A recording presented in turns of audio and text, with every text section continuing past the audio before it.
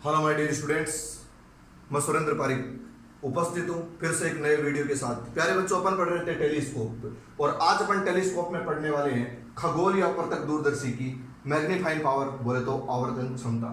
देखिए जेंटलमैन, जो सूक्ष्मदर्शी होता है, सूक्ष्मदर्शी, उसकी मैग्नीफाइंग पावर का फॉर्मूला होता है कि अंतिम प्रतिबिंब द्वारा नेत्र पर बनाया गया दर्शन कोण अपॉन वस्तु द्वारा नेत्र पर बनाया गया दर्शन कोण जब वह स्पष्ट देखने की न्यूनतम दूरी d पर रखी हो। परंतु इसकी मैग्नीफाइंग पावर की फॉर्मूले में ये d नहीं आता है, ठीक है। और डिफरेंस क्या है सूक्ष्मदर्शी और दूरदर्शी में? वैसे तो सिंपल सी बात है कि ये जो है सूक्ष्म वस्तुओं को देखने के काम आता है, जबकि ये जो दूरदर्शी है ये दूर की वस्तुओं को देखने के काम आता है, ठीक है। काम कैसे करते हैं? सूक्ष्मदर्शी जो है वो छोटी वस्तु को बड़ा करके दिखाता है, ठीक है, जबकि दूरदर्शी क्या करता है, दूर स्थित वस्तुओं को नेत्र के पास लाकर रख देता है, जिससे वो अपन को बड़ी दिखाई देने लग जाती है, ठीक है सर। देखिएगा, तो इसकी मैग्नीफाइंग पावर का फॉर्मूला क्या हो जाएगा? m इक्वल टू अंतिम प्रतिबिंब द्वारा, लास्ट इमेज बोले तो फाइनल इमेज, अंतिम प्रतिबिंब द्वारा नेत्र पर बना दर्शन कोण अपॉन वस्तु द्वारा नेत्र पर बना दर्शन कोण। जो फाइनल इमेज है वो नेत्र पर जो एंगल क्रिएट करती है उसको मैंने नाम दे दिया बीटा, और जो वस्तु क्रिएट करती है उसको मैंने नाम दे दिया अल्फा, ठीक है सर। तो बीटा तो ये रहा। अब अल्फा कैसे चेक करोगे? आप क्या करोगे, ये जो लेंस है अभिदृश्यक लेंस, इसके सामने आकर खड़े हो जाना। अब वस्तु आपकी जो नेत्र पर जो एंगल क्रिएट करी है उसे क्या बोल देना? अल्फा, ठीक है। और जो वस्तु यहां पर एंगल क्रिएट कर रही है उसको क्या बोल देना? बीटा। ऐसी बात नहीं है, आपको क्या करना चाहिए, याद इस प्रकार रखना है कि जो दूरदर्शी होता है उसके अंदर अल्फा और बीटा दोनों को अपन को एक ही डायग्राम से कैलकुलेट करना है, ठीक है सर। जबकि जो सूक्ष्मदर्शी होता है उसके लिए अपन अल्फा कैलकुलेट करने के लिए एक अलग डायग्राम बनाते थे ऐसा, और ये डिस्टेंस लिखते थे d। ये केवल किसमें लागू होती है? सूक्ष्मदर्शी में। जबकि दूरदर्शी के अंदर अपन अल्फा और बीटा इसी डायग्राम द्वारा कैलकुलेट करेंगे। ओके जेंटलमैन, अब तो सिंपल बात है, सिंपल बात। देखो, ठीक है, देखिएगा एक बार। तो मैं ऐसा लिख दूं कि अल्फा व बीटा अल्प कोण है। तो अगर मैं ऐसा बोल दूं कि ये जो अल्फा और बीटा है ये छोटे एंगल है, ठीक है, तो क्या हो जाएगा?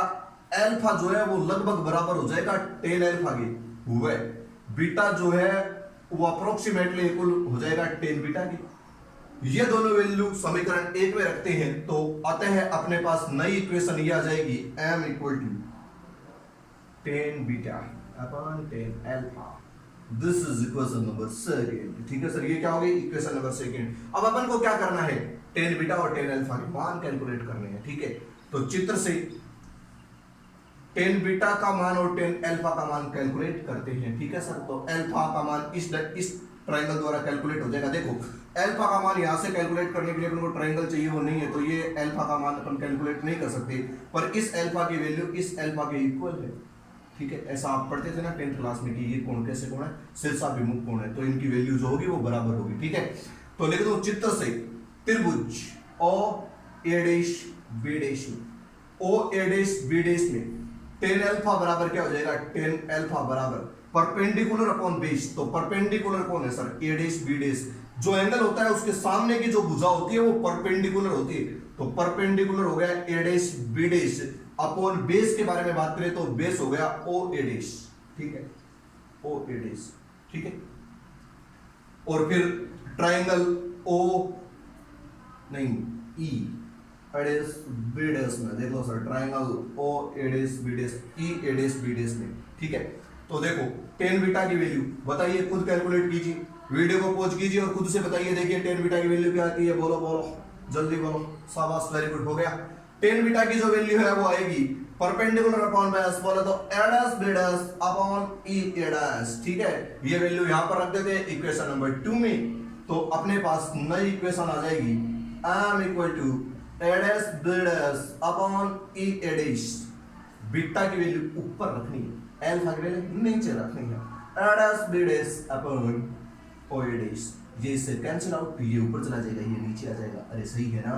तो m इक्वल टू आ जाएगा o a dash upon e a dash, this is question number 3। ठीक है, अब देखिएगा o a dash और e a dash के वैल्यू चाहिए अपन को। ठीक है, तो देखो मैं ऐसा लिख सकता हूं कि o a dash है वो v नॉट के बराबर है, vo के बराबर है। तो कहोगे सर ये क्या कर दिया? सही बात है, देखो O से लेकर A डैश तक की दूरी, ये ऑब्जेक्ट है और ये इसका इमेज है। तो ये इमेज डिस्टेंस है, पर कौन से की इमेज डिस्टेंस है? अभिदृश्यक लेंस से प्रतिबिंब की दूरी सर, O A डैश। ये जो है ना, ये इस लेंस के लिए तो क्या है सर? इमेज है ना सर, इमेज। ये ऑब्जेक्ट है, ये इमेज है। तो ये अब देखो, परंतु अपन को एक बात पता है कि जब वस्तु अनंत पर होती है तो प्रतिबिंब कहां पर बनता है? उसके फोकस पर बनता है। इसलिए ये डिस्टेंस किसके बराबर है? F O के बराबर। ठीक है ना सर, F O। समझ में आ गई क्या आपकी बात? अरे सर ये इमेज है, इसका ऑब्जेक्ट बना है यहां पर। तो ये जो डिस्टेंस है ये vo ही तो है, ऑब्जेक्ट डिस्टेंस। परंतु ये जो इमेज बना है ये फोकस पर बना है सर। फोकस पे क्यों बनेगा? जब वस्तु अनंत पर होती है तो इमेज फोकस पे ही बनता है। तो ये क्या जाएगा? FO। अब ये प्लस आएगा या माइनस आएगा, इसका साइन कन्वेंशन। तो देखिएगा सर, आपतित किरण की दिशा में, तो यहां से मापेंगे सर दूरी, प्रकाशिक केंद्र से मापी जाएगी दूरी। तो इधर से चलेंगे इधर, तो बताओ आपतित किरण की दिशा में या विपरीत दिशा में? तो दिशा में। तो ये किसका आएगा? प्लस का। E A डैश की वैल्यू बताइए सर क्या होनी चाहिए? E A dash. E A dash देखो ये क्या है? इमेज। इसका तो क्या है? इमेज, परंतु इसका क्या है? ऑब्जेक्ट। इसके बारे में अपन ने चर्चा की थी लास्ट वीडियो में कि प्रथम का इमेज दूसरे का ऑब्जेक्ट होता है। तो ये इसकी हो गई ऑब्जेक्ट डिस्टेंस, और इसको अपन ने किससे लिखा है? UE से। ठीक है, तो E A डैश की वैल्यू क्या आएगी? UE। अब ये प्लस की आएगी या माइनस की आएगी? तो देखिए सर, ये क्या है? Incident ray. तो ये क्या है? आपतित किरण की दिशा, और ये क्या है? विपरीत दिशा। ठीक है सर, तो क्या आ जाएगा? माइनस। ठीक है, अतः m की नई वैल्यू क्या जाएगी अपने पास? m equal two plus f upon minus UE। Plus से माइनस कैंसिल, तो m इक्वल टू आ जाएगा f upon UE। Okay gentleman, ठीक है। और यही अपना क्या है? आवर्धन का फॉर्मूला। ठीक है, ये किसका आएगा? प्लस और माइनस, तो क्या आ जाएगा? Minus f upon. अगर मैं केवल आपसे इसके मोड के बारे में बात करूं तो mode of m equal to आ जाएगा f अपॉन UE। ठीक है जेंटलमैन, तो ये आपने क्या पढ़ लिया? खगोलीय अपवर्तक दूरदर्शी की मैग्नीफाइंग पावर, इसकी विशेष स्थितियों के बारे में चर्चा करेंगे नेक्स्ट वीडियो में। थैंक यू दोस्तों फॉर वॉचिंग दिस वीडियो।